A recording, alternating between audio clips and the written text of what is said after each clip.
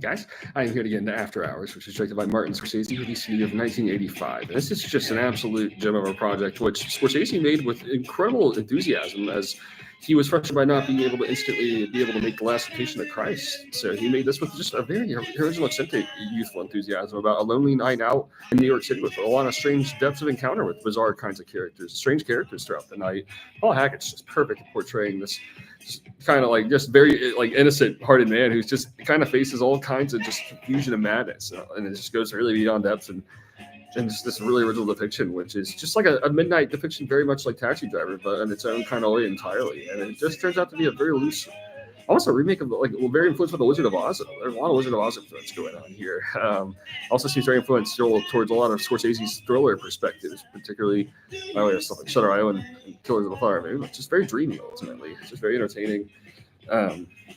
Yeah, it also reminds me a lot of Kubrick's Vision and Eyes Wide Shut. So it's just very entertaining from start to finish.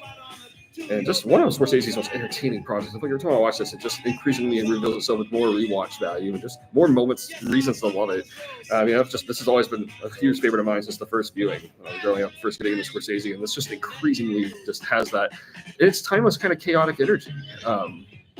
It's just really one of Scorsese's greatest moments. As he is just on a unique level throughout, as he has been in every decade from the 70s to the now 2020s. But in the 80s, it was a whole original phase for him. So between like Raging Bull, comedy, this and The Last Temptation of Christ. That's just such a fascinating arc, and it's like he acquired a sense of humor more and more, I think, as he was going. And I kind of just was instilled with him for most of his perspectives moving forward. This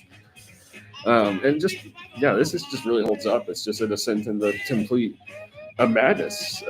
Just a very influential project from start to finish. It's just an unpredictable sort of atmosphere, and just anything goes. It's really insane. It goes really crazy from start to finish, and it's just perfect right here, start to finish. This is just strongly recommended character study, and